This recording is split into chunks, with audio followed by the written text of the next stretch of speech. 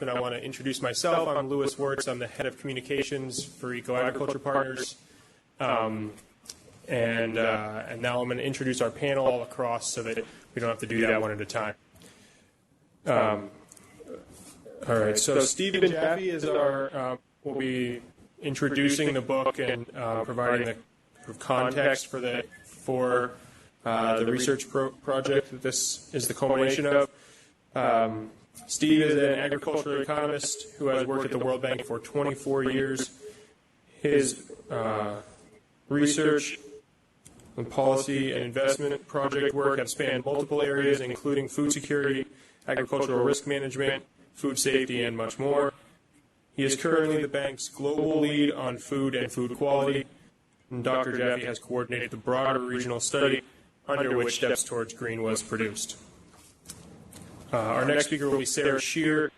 Dr. Shear is an agricultural economist and president and founder of EcoAgriculture Partners, a nonprofit research and capacity building organization working at the intersection of livelihoods, conservation, and agriculture.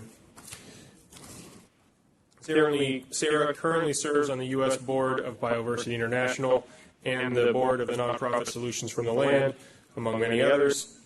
Prior to founding EcoAgriculture Partners, Sarah was co-leader of the CGIAR Gender Program and director of Ecosystem Services for Forest Trends, among other positions. John Buchanan is going to be providing some insights as a reviewer of the book. John is interim senior vice president of Conservation International's Center for Environmental Leadership in Business and also leads the Sustainable Food and Agriculture Markets team within the CELB. John is also a member of the Board of Governors of the Roundtable on Sustainable Palm Oil. Before joining CI in 1997, John worked in the private sector in the food packaging industry. Bruce Wise works in the International Finance Corporation's Manufacturing, Agriculture, and Services Department on advisory projects that support IFC's agribusiness investments. In that role, Bruce supports the development of voluntary standards like the Roundtable on Sustainable Palm Oil and the Roundtable for Responsible Soy. He helps clients adopt these standards in their operations and supply chains. Bruce recently completed work looking at the extent to which voluntary standards can be used to transform agricultural sectors to more sustainable practices, identifying other tools that are complementary or indeed prerequisite for full sector transformation. Obviously, that background makes him an excellent reviewer of the book as well. Finally, we have Kedar Mankat. Kedar is the co-author of the book. He was the project manager of the work for EcoAgriculture Partners before departing to become policy officer for agriculture and inclusive growth at the One Foundation. So now I'm going to welcome Steve Jaffe to the podium. Steve will present, like I said, the context and approach to the research program. Thanks, Steve. Okay. Good afternoon, and thank you all for coming, and thank you those on the webcast for coming. So I have the easy part. I'm going to provide sort of the context for the work and the approach we took, and then Sarah is going to tell you in 10 or 15 minutes everything that we found. So here we go. So basically, give a background, why we did the work, and then summarize briefly the findings, and highlight some of the recommendations and takeaway messages. So East and Southeast Asia, as you know, is a very dynamic region. A lot of structural change happening in the economies, lots of demographic changes. This slide is just showing a rapid pace of urbanization that we're seeing across the region. This region has had a sort of sustained rate of economic growth and poverty reduction, probably unheard of in human history over the last 20 years. So, all these curves about poverty incidence have this sort of sharp trajectory, and it's quite remarkable. And people refer to it as the East Asia miracle. Agriculture. The region, often when we talk about the region, we're talking about industrialization and that agriculture is sort of a legacy industry, yet we do see a dynamic industry in agriculture, relatively rapid growth. This graph shows per capita cereals production, which has been a major priority of many of the countries. But we're also seeing diversification of production, mechanization processes in a number of countries, and big changes in consumption of food. And with that, then the sort of the modernization downstream from agriculture in the food system. It's a region that's seen sort of explosive growth in agricultural exports. We go back 10 years, it's about a threefold ratio, about $50 billion back in the early 2000s and close to $200 billion now. A number of countries have really had more of an export orientation as part of their agricultural growth, particularly Indonesia, Malaysia, Vietnam to some extent. And when you sort of look at commodity basis, you look at some of the leading exporters. This is in volume terms, and these countries are generally featuring not only in these commodities that are shown here, but in many others. Vietnam accounts for half the world trade in black pepper right now and whatnot. So these countries are very prominent commodity suppliers. Now, the other side of the coin of agricultural expansion and export expansion has been a very heavy environmental cost from agriculture. And so the expansion of aquaculture has been at the expense of mangrove forests. The growth of oil palm and coffee has been part of the process of deforestation, habitat loss, excessive use of pesticides in some of the rice-growing areas has sort of created dead zones, killing the fish and everything else that was living there before. Excessive use of fertilizer ends up in the water, ends up in the air. So this growth process has had a very high cost from an environmental point of view, and generally not factored in when countries are looking to in their targets and what they've achieved.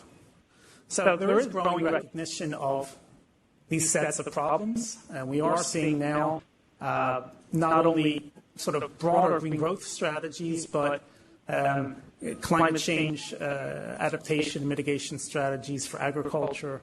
A number of countries now have agriculture restructuring or modernization plans that are including sustainability objectives in that, which were not there before. The media is covering this topic much more extensively in the region. And on the sort of legal front, there's been some closure of the regulatory gaps that were there previously. There's also growing recognition of the feasibility of a lot of other practices at farm level, at landscape level, both technical practices and institutional arrangements to foster better production and also assure that production to downstream buyers. So while we're seeing a lot of initiatives, a lot of pilots, we still see a very large gap between what are now sort of aspirations of green agriculture and what is on the ground, what's actually been achieved on the ground.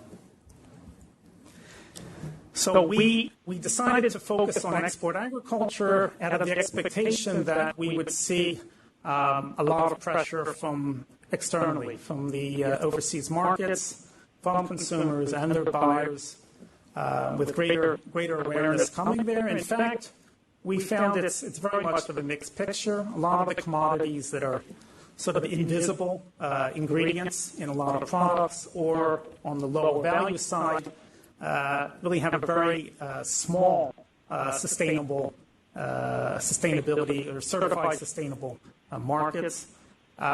Consumers in these countries haven't yet sort of become very active in pushing for cleaner practices, although what we are seeing is sort of food safety concerns beginning to accelerate that awareness.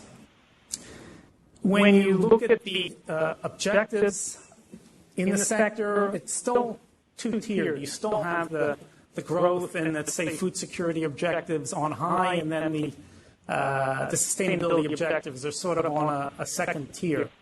And in practice, we see that most of the concerted response to environmental problems really is happening in a reactive mode and a rehabilitative mode. So after considerable damage has been done to the environment, to human health, and then trying to rehabilitate and recover from that, rather than a sort of proactive approach. So we still see a lot of conflict between what are agricultural policies and what are environmental approaches. So trying to conserve water resources, yet at the same time not having farmers pay irrigation fees and subsidizing fertilizer. So we have a lot of policies still working at cross purposes. Coordination between ministries is still a work in progress, as well as a lot of the countries have accelerated decentralization plans. So the connection between the center and the provinces in terms of applying regulation is still a work in progress. To adopt a lot of the better practices and to be able to provide assurance that they're happening, this all requires collective action, whether it's among farmers, within the supply chain, amongst industry players. There's a lot of costs, transaction costs involved in this, particularly where you have relatively fragmented industries, where you have industries where you sort of have a combination of SMEs, large multinationals, and state-owned companies. The ability of these entities to sort of work together in one direction has proven a challenge. And finally, gaps in knowledge in finance and generally in capacity, and we'll talk a little bit more about that. So this was sort of our starting point, these observations about the region.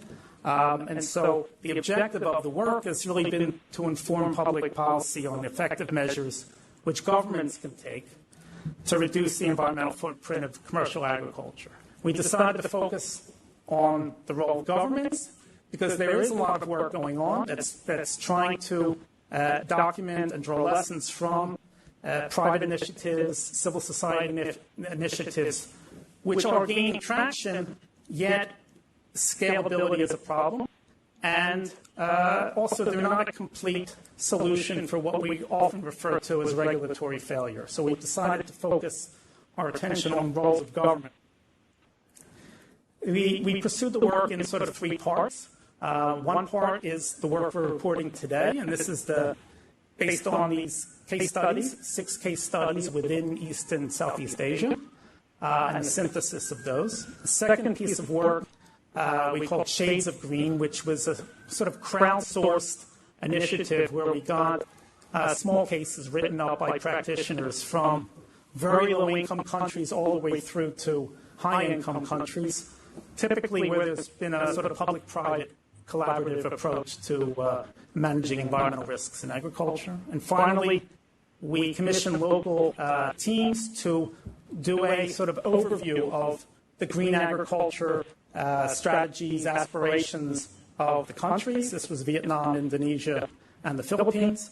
And to look at some detail of what's happening across different commodities and to try to explain why we have this large gap between what are now the sort of the signaling and aspirations of government and civil society and what we see on the ground. So the approach we've taken on this work is we developed a conceptual framework which drew on the work of the IFC, Jason Clegg, that was sort of looking at the risks, the environmental risks posed by different commodities in different ecosystems. So we sort of mapped that out. We then, again, drew on the literature to map out the spectrum of roles governments could play. And that's like sort of 5 categories that Sarah will talk about. And we identified 40 different types of policy instruments that governments could employ. And then we had some hypotheses about under what conditions would one or the other type approach be most effective, be most suitable, or be ineffective. And that sort of stimulated our look then at potential case studies. So we drew on a variety of networks, the Landscape for People, Food, and Nature initiative. We drew on World Bank staff based in the region and identified potentially 22 cases that where there are some efforts going on to address these types of problems at some scale. And we sort of screened through them to get a diversity that cuts across commodities and the approaches being taken and what would be regarded as some combination of success stories and work in progress.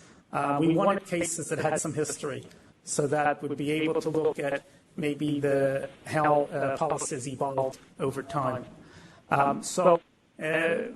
We did not have very large resources, so we didn't do a lot of new primary work, although interviews were done with key stakeholders in most of the cases, and we drew heavily on the available data and literature.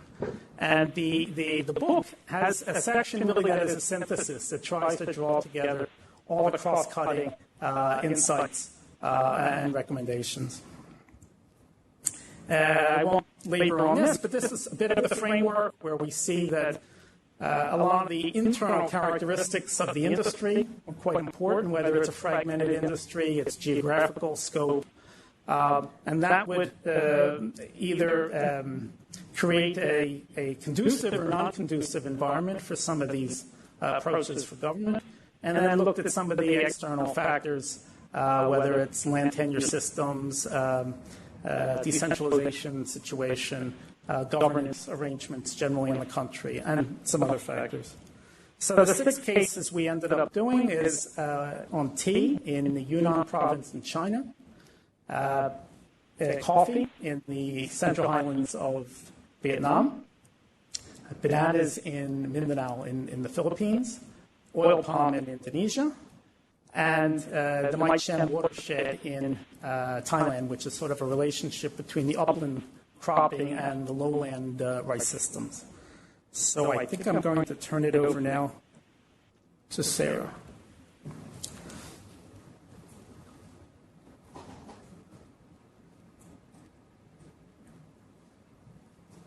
I just use this. Or the other one. Good afternoon, everyone, and thank you very much, Steve, for that very comprehensive introduction to what we were trying to do. I do only have 50 or 20 minutes to tell you a little bit about some of the highlights, so I'm just going to talk a bit more about drilling into the roles that governments can play, give you one brief case study from the Yunnan province example, and then pull out what we consider to be the 5 major recommendations to policymakers from it. And there's certainly an opportunity to talk more about some of the detail during the question and answer. So the first point I wanted to make is, as Steve was saying, what we've seen in policy in this region over the last 20 years has been quite reactive. They wait until there's a major international market pressure on them to do something. Or in China, there's major floods from landscape and other kinds of landscape-scale environmental catastrophes, threats around water to politically influential groups that are outside of agriculture, health concerns from the burning, the large-scale agricultural burning, et cetera, social conflicts, and more recently, serious concerns on the part of agribusinesses themselves and food buyers about the sustainability of production in their sourcing regions. A crisis happens and a policy is pulled out that seems to be a high-profile thing that countries can do. I'm being a little bit, sort of general here, but it's not too far from the truth. What we wanted to do here was take this process apart. What are the things that governments can do, and how should they think about it? And we're looking at 5 different roles that governments can play. I think we ended up concluding that doing a bit of at least all of these is probably desirable, but that the different weight and the specifics depend very much on the individual context. So let me just briefly bring you through those five roles. The first one is the definer role. This is setting the norms, the goals, the strategic objectives, whether at the national level, at the provincial level, or even at the local level, really around how do we shift from a model of of growth at all costs to an agricultural green growth model that still expects to see growth in production and in incomes, but in a way that's also protects and restores the ecosystem as well as the social issues that are involved. And there are a number of different policy instruments that can be used in order to achieve this vision and to implement it within the institutions of government. The second one is as an enabler. What we have seen in much of East and Southeast Asia over the last few decades has been an emphasis on voluntary activity by the private sector, a lot of sustainable supply chain work, which has been very exciting, but often without the framework from government policy to make them really effective at scale. So we looked at a range of policy instruments that can be done in this enabling role, whether it's enabling for businesses or enabling for civil society, from public procurement of sustainably produced products through technical assistance and research and a number of other things that can be setting up frameworks, legal frameworks, for example, for public payments for ecosystem services. We've seen a lot of this enabling work be relatively weak in many of the countries. The third major role is as a funder in mobilizing finance both for direct investments by governments in restoration of key resources, riparian restoration, or providing financing or supplemental financing or subsidized financing to producers or businesses in order to make the transition to more sustainable practices. The next role is the role that many people are most familiar with and that governments have been pushed to do more of, which is the regulatory function, whether it's land use and zoning rules or direct regulation of practices. What we found, certainly in the cases of the book, is that regulation is key, but often can't be effectively done without some of these other roles being done by governments. And then the last of these roles is as an advocate. And this is building support from businesses, building support from the citizenry for an agricultural green growth strategy so that you will stimulate more of this voluntary work that's going on. This is one that perhaps we saw the least action in the cases that we studied, but where it was used, it was quite effective at trying to mobilize new efforts. So let me just take the case of Yunnan, China, and which is particularly important for tea production. This is an example of an area with very rapid growth in production. Total land area under tea grew by more than 60% over this decade. Total production more than doubled from this area. At the same time that this growth was going on, you also had very significant growth in rubber production and in sugarcane production, which jointly created quite a lot of problems. This list of environmental issues was actually shared in many cases by these other commodity growth in Yunnan. Tea is particularly important. It is, I think, the most important tea producer in China. What's interesting there is there were a lot of these drivers for policymakers to take some kind of an action about the damage that was happening on the environmental side. You actually had a fair number of local protests that got the media and also got the attention of policymakers in China. Consumers were having very serious concerns about food safety, particularly pesticide residue, and really were losing confidence in the products that they were purchasing, and were looking for more reliable sources of supply. And as a result, you were getting a significant price premium, largely actually in the domestic market, even more than in the international market, for these what they consider to be quality tea, whether that's ecological or in terms of just reliability. There were also expressed sustainable concerns by some of the external Western and Japanese buyers, but they're a smaller proportion of the market, but they did have an impact. And another thing that was very interesting in Yunnan is that they actually have a very long-standing traditional system of tea agroforestry systems, in which you have lower density of tea bushes, but a very large number of other species intercropped, often endemic species. But it's a source of great cultural pride in Yunnan. And one of the things that they did when they started to see all of this pressure on them to do something different about the trajectory of this rapid growth in commodity tea production was to latch onto this particularly in places like Puer City, but also other parts of Yunnan, to say we are going to make a name for ourselves. We are going to become the supply of choice for people who want quality tea nationally and internationally. We'll build on this, the value of the tea gardens. And so what you found happening in Yunnan, which was quite different than in most of the other places that we saw outside of these case study areas, is a set of much more coherent agri-environmental policies around a vision. There was a Yunnan green growth policy established, and as part of that, there was a provincial bioindustry strategy which sought to diversify economic development by utilizing many of these other species that were grown in intercrops with tea. You also had a formal local quality tea initiative in Puer, which received a lot of attention and was a way to mobilize different stakeholder groups within the province. On the enabling side, they invested very heavily in labeling, standards, certification. I don't have time to talk to you. They were actually had almost a problem of a proliferation of standards, et cetera, and difficulties in monitoring. But they invested heavily in farmer training, in science centers, in labs where environmental monitoring could be done in support of these private standards. They encouraged, unlike some other parts of China, they encouraged NGOs to get involved in providing support to farmers and others working in the tea industry. They did do direct investments. Yunnan set up its own provincial payments for ecosystem services program. They invested in watershed and land management programs and subsidized producers for reforestation efforts. They, at the same time, as they provided many of these carrots, they did reinforce their regulatory sticks in terms of land use zoning. They did serious monitoring around the health issues in order to make sure that the label was considered to be reliable by buyers. And they played a major advocacy role. One of the things that Puer City did for its sort of famous its tea gardens was to get a designation from FAO of the globally important agricultural heritage sites, which then it could continue to use in marketing its tea.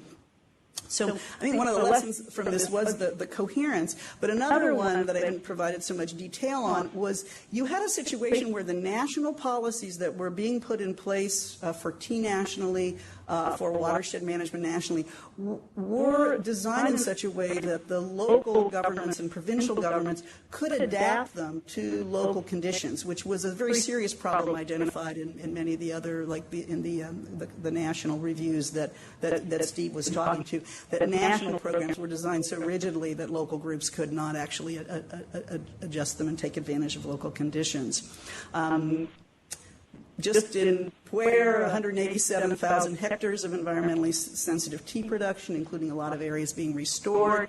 They have a goal of having 90% of their tea be environmentally sustainable. There's some very significant price premiums that were identified. This is quite extreme, but I mean hundreds of times higher prices for some of this quality tea than for the conventional monoculture commodity tea production. Very interesting that they were able to, throughout this growth, they were still able to sustain very high agrobiodiversity in tea. 25 of the 49 existing global species of tea are there.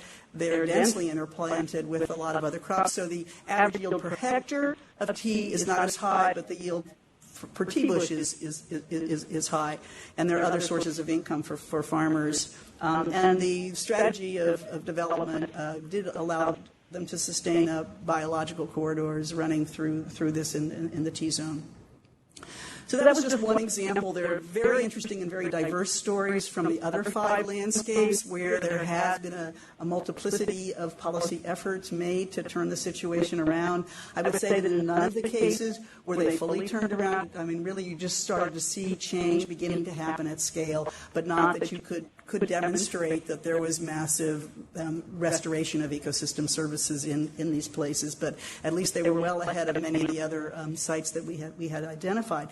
So I wanted to just identify for you the 5 major recommendations that we came out. There's lots of minor recommendations in the book, but the first one is to be proactive about this. I think the day of simply waiting for an emergency to happen, waiting for a crisis, it does not provide you with the scope or the tools that you need in order to have sustained impact on these landscapes. Secondly, And I would say that if there's one single most central thing, it is this alignment of agriculture and environmental policies. And even in many of the areas where they have now taken an agricultural green growth approach, a climate smart agriculture approach, whatever they go by different names, in general, much more needs to be done to align the institutional incentives for the different ministries to work together, to do spatial coordination between the activities that they're doing, and to devise also alternative revenue strategies for some of the local jurisdictions that at the moment are dependent upon income from highly degrading kinds of commodity production. The third recommendation is to choose government roles more strategically. One does get a sense in looking through some of these national reviews that whatever had worked best last year was what was then adopted as a strategy to respond to some of these crises, and that it wasn't a very well-designed policy responses. And I think that was what was exciting in some of these case studies that we looked at, where they were trying to look at, okay, we need to define it. We're going to set an agenda, and we're going to make sure that people know about it. We'll do advocacy around it. We'll invest consistent with this across a number of agencies and ministries, engage actively with the private sector and with civil society. And we'll also then set us something where it's more reasonable to expect that people will respond to our regulations. The next recommendation is to stop having separate programs of supply chain action and spatial land management action. What we're finding is that a lot of the supply chain work is leading to islands of sustainability and a sea of bad practices, so you're not really getting impacts at scale in terms of positive benefits for the environment. And at the same time, many of the large watershed or landscape restoration programs and others are poorly informed and poorly coordinated with the dynamic economic activities of the commodity production. So we need to rethink certification not as the tool to achieve environmental sustainability, but simply a tool as part of a much larger strategy, and the importance of building coalitions between different actors. EcoAgriculture Partners and some of our other partners were involved in recently completing a review of integrated landscape managements in Southeast Asia. This did not include China, but documented 87 large landscape initiatives that on average involved 11 stakeholder groups from 6 different sectors. So you're starting to see this imperative to get more cross-stakeholder, more cross-sectoral initiatives, to have systematic coordination, whether it's formal, highly formalized, or less formal. And we do see this as an important strategy for moving forward. Then finally, and I think Steve alluded to this before, there is not currently in the region sufficient organizational capacity or individual, professional, or farmer leader capacity to actually address many of these challenges of agricultural green growth. So this is an area that requires both sort of national and international investment to expand this, and including doing much more systematic comparative analysis between experiences within and across these countries and internationally, looking at how specific policy instruments work in different kinds of contexts, and have a bit more of a learning approach, because I would argue that we do not yet fully know how to turn this situation around in a rapid way. So let me just stop there and just conclude, make a couple of conclusions. I think the study certainly showed that there is ample room for much more work in terms of voluntary action from civil society and from business, and that's absolutely going to be essential. But it's also not going to be enough without a much stronger government roles and government policy frameworks for this. There is no substitute for a government policy failure. We've also learned that the policy strategies and frameworks need to make space for action not only at the national level, but at the state, municipal, and within these landscapes or jurisdictional, provincial level work. And they need to be designed to facilitate work around those. My last comment is simply for those of you in the room who also work in Africa, I think that the lessons from this experience over the last 2 decades in Asia needs to be communicated in Africa, where you're now at the beginning of what looks like a major explosion in commodity production. And I think that designed well, agricultural green growth strategies there and in other parts of the world could also, I think, leapfrog over the experience and draw from the experience in Asia. I think I'll stop there. Thanks, Sarah. So now we'll turn to John Buchanan, who will provide a little bit of commentary from his perspective at the Center for Environmental Leadership and Business at Conservation International on the book and its findings. Thanks, John.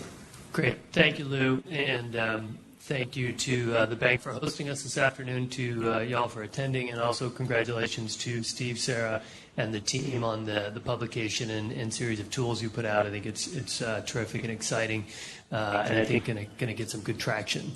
I wanted to, in my comments, really pull out 2 key themes that I took from the works, and then also you hit upon here this morning. And one of them is this need for more integrated approaches on the one hand, and on the other hand, this idea of shared risk and opportunity with the private sector. Conservation International is a conservation group. Our mission is to conserve nature for the benefit of people, and at the core, what that means is we're trying to break down this idea that there's a distinction between conservation on the one hand and development on the other, and really figure out how do we put those two together, because we believe they're linked, they're flip sides of the same coin. And that obviously leads us towards integrated approaches that are combining conservation activities, sustainable production activities in a variety of sectors, agriculture, extractives, and others, and really engaging governments, communities, civil society in a common vision that hits on all of those themes and gets hopefully towards a sustainable outcome for communities, for governments, that will hit on food security, conservation. And so these integrated approaches that EcoAgriculture Partners pioneered, and which are alluded to in these works, are essential to that, because, again, if we can't bring in those different sectors, as you said, align stakeholders and find those common shared interests and visions, we're really not going to achieve development objectives, conservation objectives, or other. And I think that's easy to talk about here in Washington. Doing that and implementing that is really difficult, and figuring out the policy approaches and frameworks to do it is even harder. So I really applaud and compliment the works in trying to unpack it, as Steve said earlier, really unpack it and make it more simple and kind of, I think, easier for people to get their head around how to drive some of these integrated approaches forward, and how to do so with government as an integral partner. That leads me to the second point of shared risk, because, as you also alluded to, we've seen some good examples where market-based initiatives to push sustainability up agricultural supply chains have gotten far ahead of government. And we're now seeing some really clear examples where we're getting pushback from government. And in particular, I'm thinking about the palm oil sector, where I think on the one hand there's been tremendous progress over the last 10 years in terms of getting interest and engagement from all different levels of the supply chain in improving the sustainability of palm oil. Over the last 2 years, there's been phenomenal engagement and commitments from consumer goods companies, from traders in the palm oil sector, processors and traders, to eliminate deforestation from supply chains, from their palm oil production. So there's been a very concerted push and effort and broad commitments made, and on the one hand, phenomenal progress and success in getting companies representing upwards of 80% of the palm oil trade to make some of these commitments. What we're seeing now, though, and again alluded to earlier, is the reality on the ground is radically different, and that implementation of those commitments is enormously difficult in the context of what we see in Indonesia, where incentives for local governments who may control a lot of the permitting and the land use may be diametrically opposed to commitments around no deforestation, for example, and where those local governments may derive the majority of their income from giving out land for conversion to palm oil. And so, again, we have to figure out how to bring these these issues together if we're going to achieve some common objectives. Even more importantly, we're now seeing pushback from the Indonesian government saying these market-based initiatives have gone too far, frankly, and we're going to be the ones making decisions about what we do with the land, not the market. And so if the Roundtable on Sustainable Palm Oil has made remarkable progress in 10 years, certifying about 20% of the world's palm oil under its standards, that's a great story, and that's great progress in a relatively short time frame. The flip side of that, it's only 20% of the world's palm oil. And so, again, I think it's an example of where when the government is pushing back now on these market commitments and saying, hey, we're going to develop our lands, we need these types of government engagement approaches, bringing them in, aligning them with market actors, if we're going to figure out how would you implement those. And if you're going to find that middle ground, it's not going to be as black and white as some of the companies want it to be. It's not going to be as simple as they want it to be. But we have to have this dialogue and this engagement and these types of policy frameworks you refer to in the work. So I think maybe I'll stop there so we can have some more discussion. But again, congratulations to the team. Thanks, John. I guess there's a reason that the two of us are on the panel and talking about palm oil. I'm going to bore you to death with some more palm oil stories. I actually wanted to talk a little bit about the various roles that have been identified in the instruments, because I think this is quite interesting. Many of the voluntary standards that I've been engaged with, the RSPO, RTRS, they really were developed because of, let's say, there was a lack of governance in a sector from the public sector. So they really gained traction because of that. And so this sort of idea of the government now becoming the definer of sustainability it's very exciting. And I know the private sector is very interested to see how they can be engaged in this. And I think I do take the case of Indonesia, where even if you can get interministerial agreement, just that one thing to be done would be an amazing step forward for the private sector and civil society to be able to dialogue, with that. And we don't have that. And you're seeing that with the pushback, let's say, at central, the issue around local government legislation being different to central government legislation, and then when you then overlay that with private sector moves like RSPO certification, wanting to conserve things like high conservation value forests, and those concessions being, or those set-asides being taken away, because we gave you that concession to develop, not to conserve. And these are just practical things that are happening on the ground. And again, that definer role of government, and then how, I guess, the really interesting nexus of this is how can the private sector engage, in defining what. The path that the country wants to take in terms of their green growth strategy. I think that's pretty exciting. The enabler funder piece,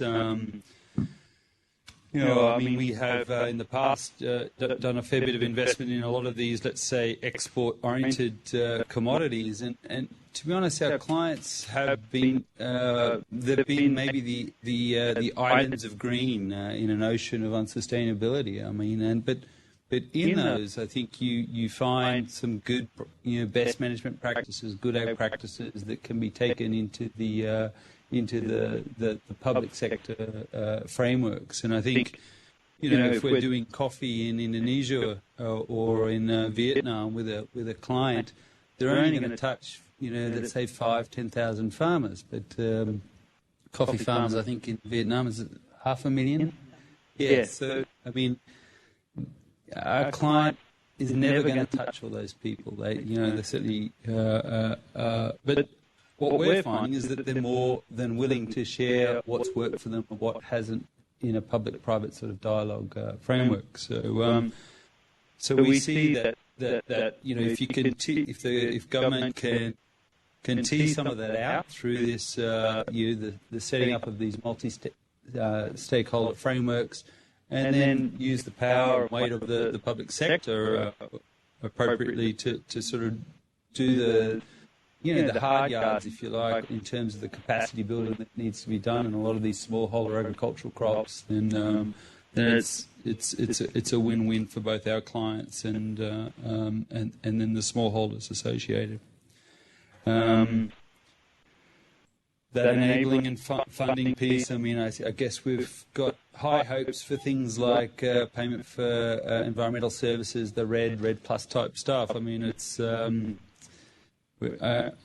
still young, so I hope that this money flows at some stage, and the RED readiness stuff. I know the bank is heavily engaged with.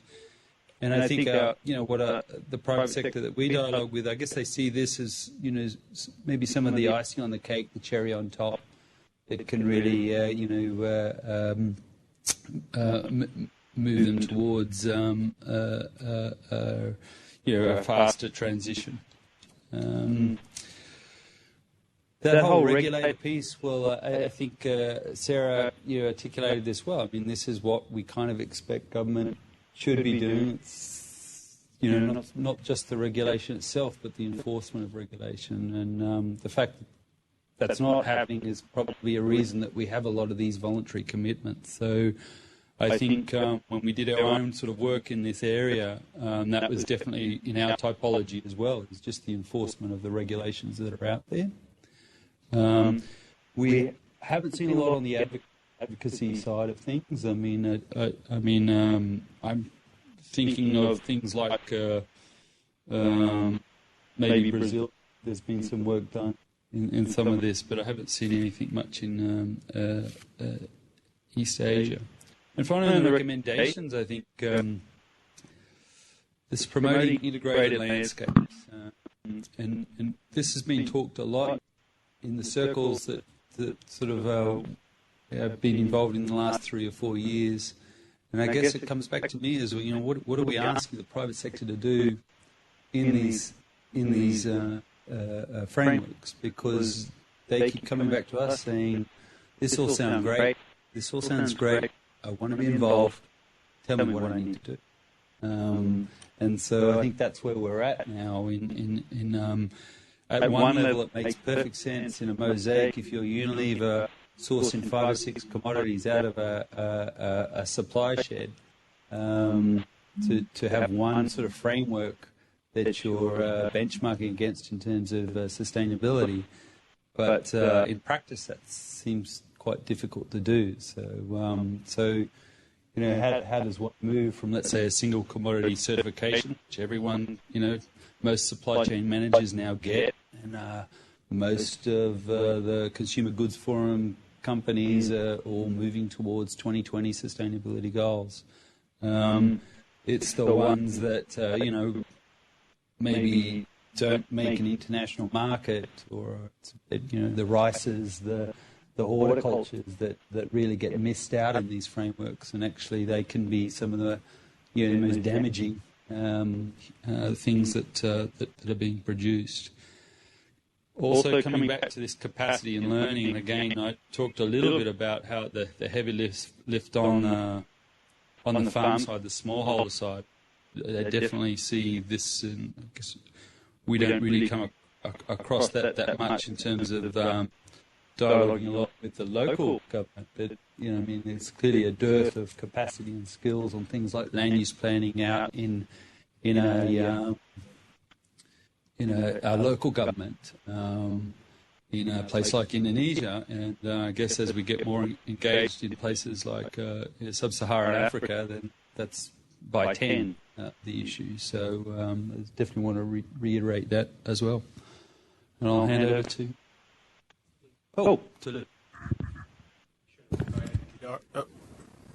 Says on. Yeah, I probably should have invited Kedar up at this point so that as a co-author, he'd have an opportunity to respond to some of the questions from the audience. And I'll get things started here with maybe a little bit of a softball to the authors. So I'm going to make sure that John and Bruce address it first. In your reading of this and moving forward with efforts to restructure policy that promotes environmental stewardship in East and Southeast Asia. How do you see this research being applied, and sort of what are next steps more generally from the framework that was developed and what's in the research? I think the live case for us is the one that we've mentioned is Indonesia. I think you do have a relatively new Indonesian government. You have ISPO mentioned in the book. Basically the government regulatory approach to sustainable palm oil. You have the market approach, and I think somewhere in the next time frame, again, this is multi-stakeholder lingo, no set dates, but I mean, we basically have to come to some negotiated ways of, what's the government can live with and what the market can live with in some sort of stepwise approach, so that we're not, at odds with each other. Because, as John mentioned, 80% of let's say the trade is sort of signed on to a market approach, but that still leaves quite a bit of the local production, a lot of the smallholders in Indonesia that could potentially get left behind if exclusion becomes the stick here, and I don't think any of us want that. So I think that's a real live case, watch this space case. I'm pretty sure actually in Vietnam, in coffee, there's another one emerging. I would totally agree with that. I think that we're going to see a huge pull for this type of work and these approaches. And again, to continue on this palm oil example, it's because, as was said before, there's growing recognition that certification isn't going to achieve what we want to be achieved. So that's now begs the big question of, now what do we really do, and how do we achieve these objectives? You have those same palm oil traders and processors who have made these commitments to eliminate deforestation and peat and social conflict from their supply chains. The very first, most basic step they're doing is trying to figure out, where do we buy this stuff? So they're all now frantically trying to map backwards and establish that really basic visibility of their supply chain. Once they've done that, and that is all the process unto itself, and even the leaders are just now getting to the next step to say, okay, once we know where we're getting from, how do we prioritize within those supply sheds to say where are the likely potential areas of conflict, either with environmental or deforestation issues or community and social conflict? I think we're seeing the tip of the iceberg now, because as more and more of them trace back, they're going to find a lot more of these issues, risks, and conflict, and you're going to have a lot more people asking these same questions of, how do we deal with these issues? How do we do this with private sector interests and government interests? And so while I think there's a number of some really interesting projects on the ground that are employing these approaches and trying to do it with government, kind of at that bottom-up level. I was talking to folks at TNC. They've got a cool project in Kalimantan. We've got one in North Sumatra. There's a range of other ones going on in Riau and elsewhere. But I think those, again, are the tip of the iceberg, and there's going to be a lot more demand for this coming bottom-up as the companies feel the pressure to deliver on some of these commitments. You guys, are welcome to respond if you have something in particular. Otherwise, we can start taking questions from the audience. I want to make sure that you all know that there is a microphone in the back. Actually, we have a volunteer who will bring it to you. So if you have a specific question, we want to make sure that the web stream can hear you. So just raise your hand, and she'll bring it around. Okay. Anyone? Anything in particular? Yep. Oh, yeah, please identify yourself also for the audience and the panelists. Hi, I'm Ken Andraska from Windrock International. I have two questions. The first of all, really exciting work, incredibly interesting. I'm really looking forward to digging through the book. A little hard to consume sitting here, so hopefully we'll get more out of it later. The first one is, I'm wondering, everyone talked about the difficulties of getting the government to work with the private sector in some way, but I didn't hear any solutions. So help us out a little bit. If we have a dream of a landscaping in some way, there being integrated management of a landscape, in some way. How are we going to get there? What are the next 3 steps that need to be taken in order to try to make progress on this and to come up with models we can share with other places? And especially in the case of Indonesia, where you have this provincial center conflict over governance. My second question is the idea of trying to transfer the lessons we're learning from Asia on these topics to Africa is a great idea. People talk about it all the time.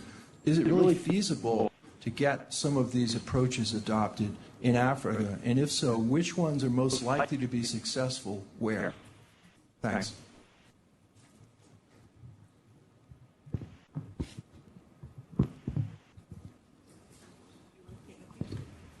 I think that was pretty meaty, and those 2 questions probably keep us occupied for a little while. So why don't we go ahead and we can let people think about this. I'll take a crack. Those are 2 excellent questions.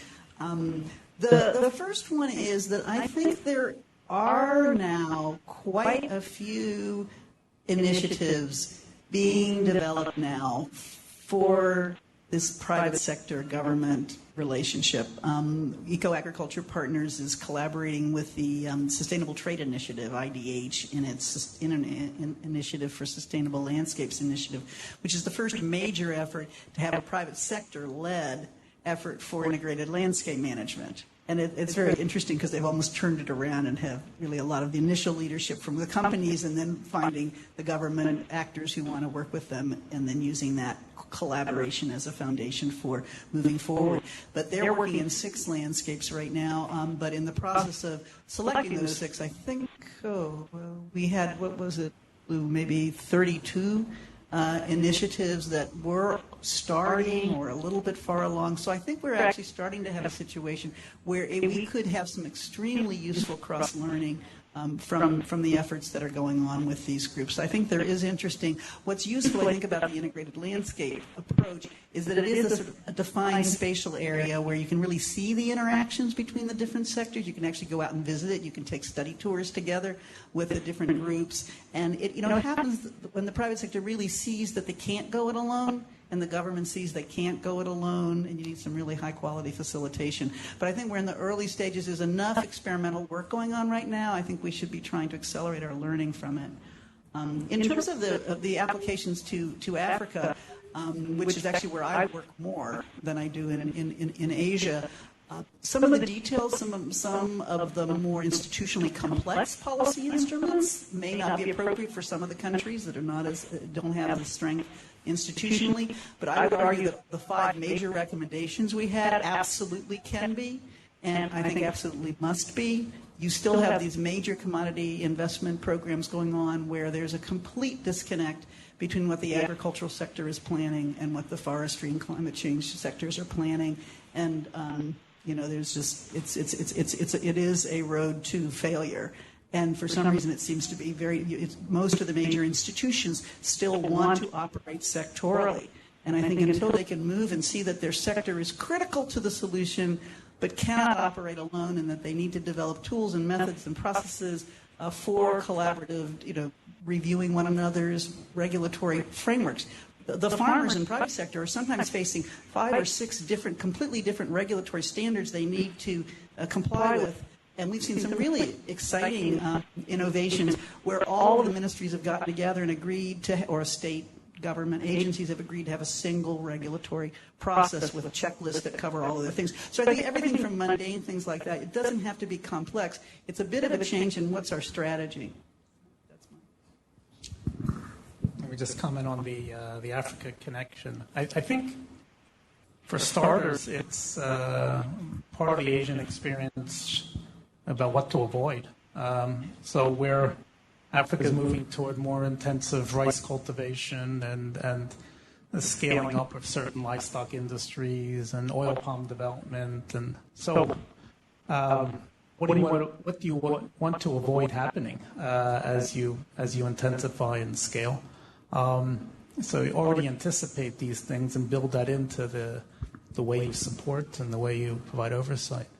And the other thing is to invest up front in this whole sort of agro-environmental data, which, it's we're seeing in this region, the fact that you don't have hydrology models, you don't have, you don't know exactly where the land and water is contaminated, so you can't actually focus. So in Africa, you have limited regulatory resources generally. So without the database, you're just shooting in the dark. So I think it's a bit of a negative lesson from the challenges that they're facing now in East and Southern Africa, Southern Asia.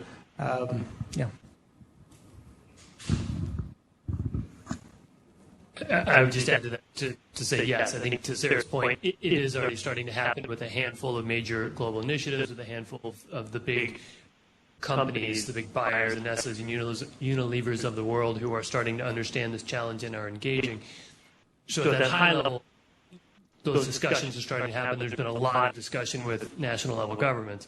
You've also got a handful of initiatives at origin in the field that are starting to do this. So I alluded to our work in North Sumatra, Sustainable Landscapes Partnership, where they've created a series of, they're essentially dialogue platforms, but at multiple scales to literally create the table for actors to come together from community, local government, provincial government with buyers to have some of these discussions about, hey, you've made XYZ commitments. Here's, what does that mean for our district? How would we comply? Create that sort of exchange and discussion. We found it to be very fruitful. But that's also a long road. If we're looking at kind of landscape by landscape, that's a long way to go. I think some of our challenge is going to be once we get some of these lessons learned and get the processes better, then how do you leverage the traders better and traders and other commodities to say how do you systematize that? And I think that's where the real trick's going to be. I think on the Africa question, just to give a sort of concrete example, just last year, Canada member states recommitted to the Maputo Declaration, whose main target was 10% to spend 10% of national budgets on agriculture, and in addition to that, they've added a 6% growth target, a doubling of agricultural productivity by 2025, halving post-harvest loss by 2025.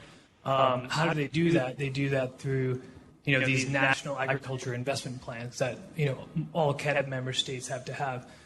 So in the process of generating these national agricultural investment plans, there are some lessons, I think, held within this text and, more generally from these sectors in East and Southeast Asia, especially in palm oil, which is now, becoming quite active in Central Africa, that could be quite useful as governments are sort of revising and renewing their national agricultural investment plans, especially in terms of aligning, with environment ministries and with ministries of public health and whatnot. So I think there's a great opportunity in those specific agricultural investment plans because these governments have these really ambitious targets, to improve agricultural productivity, and the only way to do it is through sort of integrating with other sectors.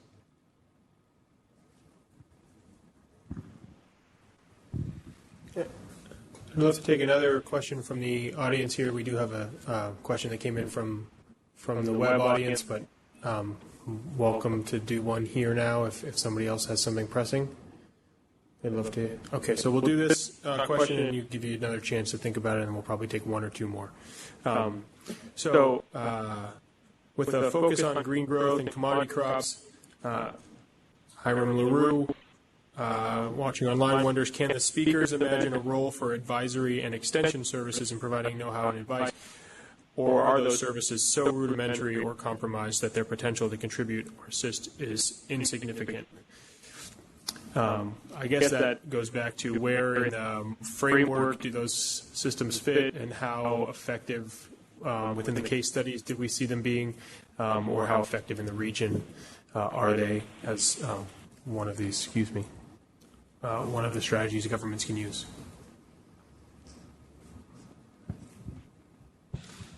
I mean, I think, well, it's hard to generalize, but I mean, I think our sort of viewpoint on this is, I mean, it really does depend on what sector you're talking about and its structure. I mean, so we've seen the work in, let's say, palm oil with the larger states, the plasma schemes, let's call it private extension services, and frankly, they've got it down. I mean, I think they can. There's definitely an optimization process there, but I mean, the capacity is there, or sectoral organisations, and I think KTDA in Kenya is a great example.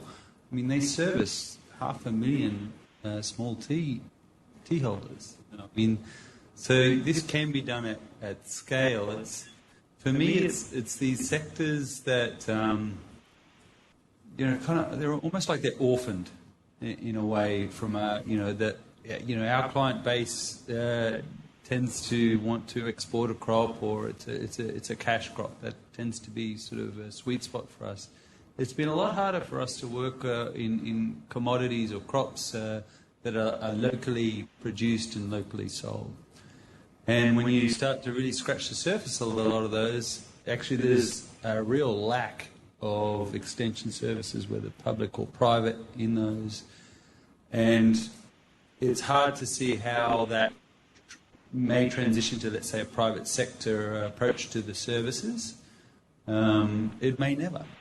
And so that's where we would see this role, or this public sector role, or bridging role in certain in cases, playing a role. I think, at the heart of this issue is that we're going to have more than 9 billion people on the planet eating a lot more, and we've got less resources to do that on. And so capacity to improve productivity, with the farmers, a lot of them smallholders, is one of the central planks of all of this. Yeah, I'd like to add to that, because I do think that the technical assistance part of it is actually very central, and I think it's going to have to come from private sector and public and from local innovation systems and from a wide range of things. But I think it is quite grossly underinvested in right now, and when we think of, there were many things we didn't get a chance to talk about, but certainly the climate change situation is one where we are going to need, in many, many countries of the world, including the United States, there does need to be pretty substantial technical transformation happening in the agricultural sectors, which is going to require knowledge systems that are more impactful than the ones that we've got. And I would add that one of the big issues that we have right now is where we even do have technical assistance programs, they're quite fragmented. So one ag ministry group will be providing technical assistance on a commodity and how you use fertilizers most effectively on it. There's a natural resource extension program that's talking about agroforestry systems. They're not coordinated.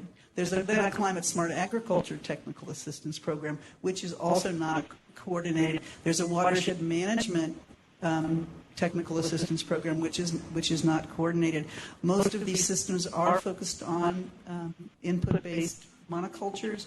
The future for environmental sustainability and climate smart agriculture is going to be some move away from those, getting intensification without simplification.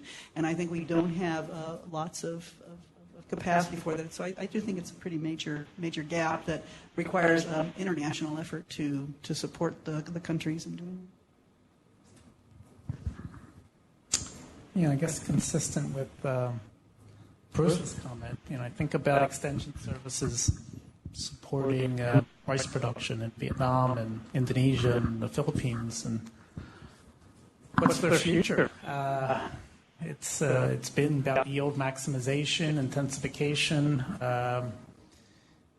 Farmers know better than them now in many ways. So the job security of these people really will depend on whether they are trained and capable of advising on risk management, on natural resource management, on whole farm management, these types of things.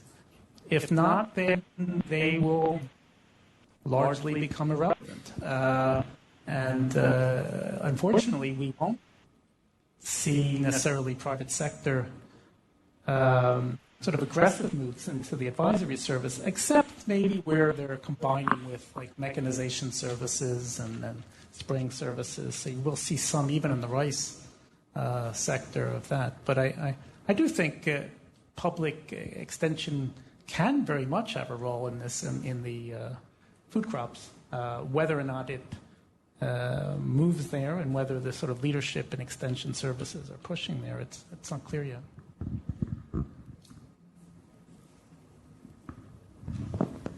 We have another question from the audience. Anyone? Yes, thank you.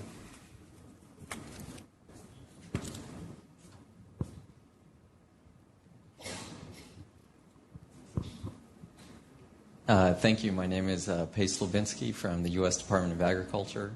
And I wanted to ask, His Holiness, the Pope, will be visiting the D.C. area next week. And in his encyclical, he had some rather strong criticisms, I think, of market-based approaches to sustainability. So I would be interested if the panel had any thoughts on the encyclical, on what we can take away from the encyclical. Is it reinforcing some of these messages today that market approaches can only take us so far in terms of getting us to islands of success? So any thoughts along those lines? Thank you.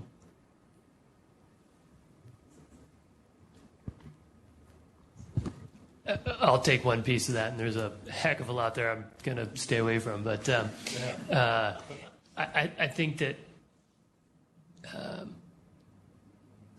my opinion, governments don't often lead, and for better or for worse, private sector is often ahead. Or maybe better yet, civil society's ahead, private sector responds to what they want. Either way, they tend to be ahead. And I think what you've heard today was that in some of the examples we've cited, that is exactly what we've seen is private sector is ahead, in some cases too far ahead, and or didn't pay enough attention to bringing government along with it. And so I think that I don't think it's an either or. I certainly recognize the pitfalls of privatizing sustainability or putting all hopes on the back of the private sector. But my view on that is that, we have to have them at the table and. Yep. All the above.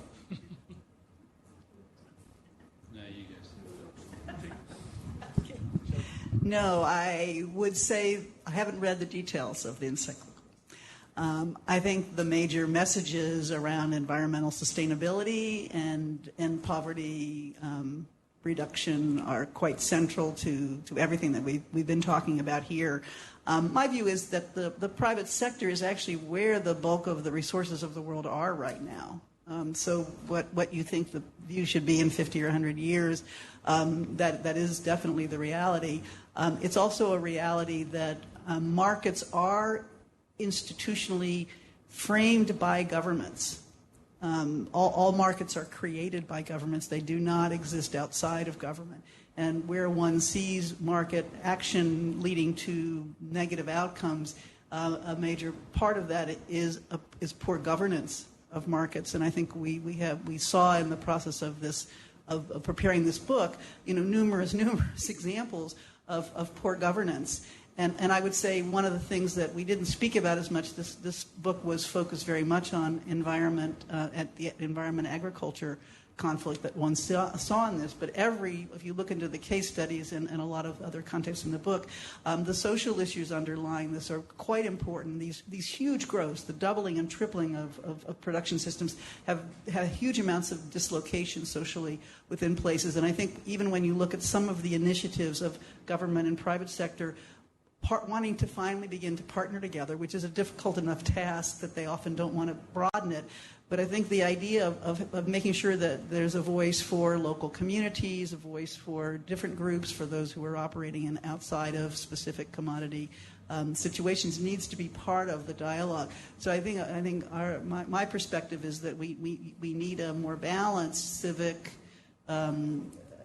government, private sector relationships, and that if you have adequate governance, some of these market instruments can be extremely powerful, but we need a lot more transparency than we have right now, and I think we need a lot more of these platforms for dialogue and hard negotiation with the key voices around the table. I think that's how it's going to happen. I don't think we have to see market-based approaches as strictly private sector things, right? So government is mucking about in a lot of markets. It's subsidizing certain things and not other things. It's procuring. It's paying for environmental services for, let's say, related to forestry, but not so much in a lot of other areas in agriculture. So the way government intervenes in markets can change to be, let's say, more progressive in this area rather than regressive. I think there's start with not doing damage through the marketplace and then move in the other direction. Government spends a lot of money, let's say in Indonesia, $1.5 billion in subsidizing fertilizer. You can do a lot promoting markets with $1.5 billion redirected toward subsidizing other practices that are sustainable practices and helping develop greener technologies and a whole variety of other things. So public spending in agriculture in much of this region is anti-environment in many ways. So there's a lot of room for maneuver here with government being a positive force through the market mechanism. Okay, since we started a little bit late, I'm going to push us just a little bit past 5. Hope you don't mind. And one more question from me. Since everyone in the room and everyone online has gotten their hands on the book for the first time today, aside from the authors and the panelists, I wondered if you could warn everyone what's not in the book. What is the gap that you identified in the research, in what we know about these processes, about what government can do, is doing in this area, and so maybe the question is, what would you study next if you were going to continue this research?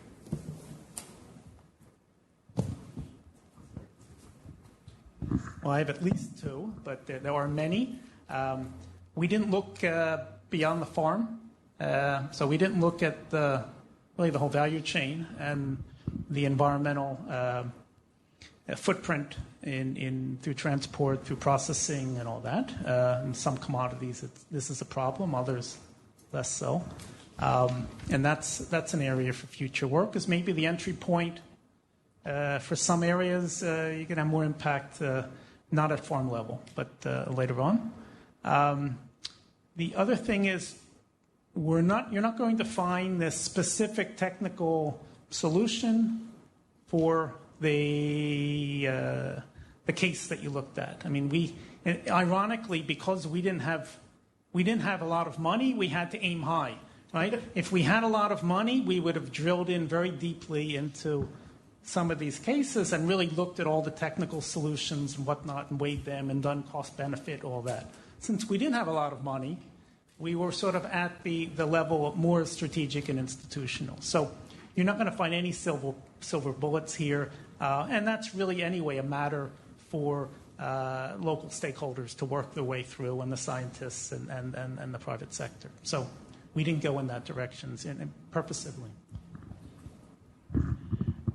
One of the things that was the most exciting about this book for me as an ag economist was that we realized that it was going to take multiple policies from multiple sectors to have an impact on this very, very large problem.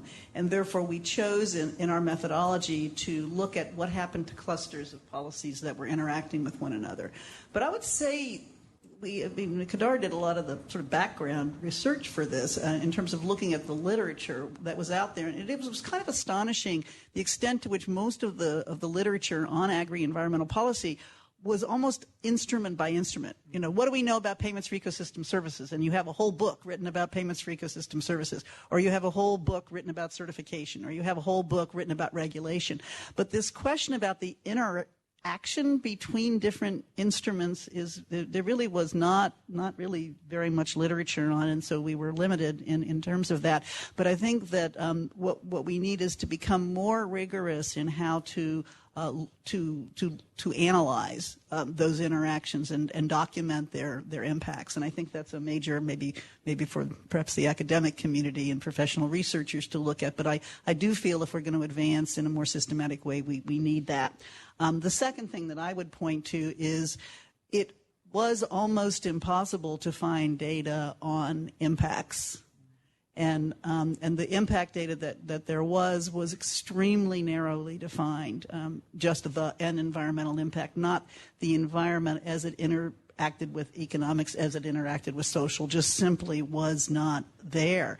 And you don't have monitoring systems in place in any of these. These are large landscapes. In some cases, we were really dealing with jurisdictional definitions of landscapes, so we had hoped we would have had more data that was collected at the administrative level, but it wasn't, at least that we were able to find. So I think this challenge of monitoring, if we're really serious about can we achieve growth in production in a sustainable way that has positive or neutral impacts on other key ecosystem services, that's climate resilient and is going to reduce emissions, we've got to find a way to get some of that kind of more integrated monitoring at scale in place, and it's just not there right now. Kedar, you let Kedar go. I would echo Steve and Sarah's comments. I mean, I think this was quite an expansive scope for a research project that had limited resources. So what we really, I think, need to do now, now that we have sort of a narrative, we have an understanding of strategically, how government roles are placed, to actually drill down into individual areas and start pulling out. I mean, we have case studies, but they are only sort of a superficial view. So I think now, now that we have this, sort of idea of, different roles of government, what do those actually, mean, and what are the specific policy recommendations that we can make in individual places? I mean, we have a start at that, but it's certainly not an end. And I think, time and time again as well, the case studies and the consultants we were working with on those case studies were saying, one of the main barriers, to movement is sort of the lack of alignment between national, and local, regional government entities. We've certainly taken a crack at that, but I think, understanding what actually it means to align national and local, government policies is something that is certainly a research project that should be done in specific contexts to get a better understanding of how to do that. Because that is really what, when we're talking about enabling environment, which is oftentimes an excuse that's given, or a reason that's given for inaction, a lack of enabling environment. That's really what we're talking about, is that, national and local players are not talking to each other, and, between ministries, people are not speaking to each other. Bruce, you kind of said, if we can just get interministerial coordination in Indonesia, that would be a huge step forward. So figuring out, how to do that properly. And I think those are a million different things I just said, but those are questions I would have.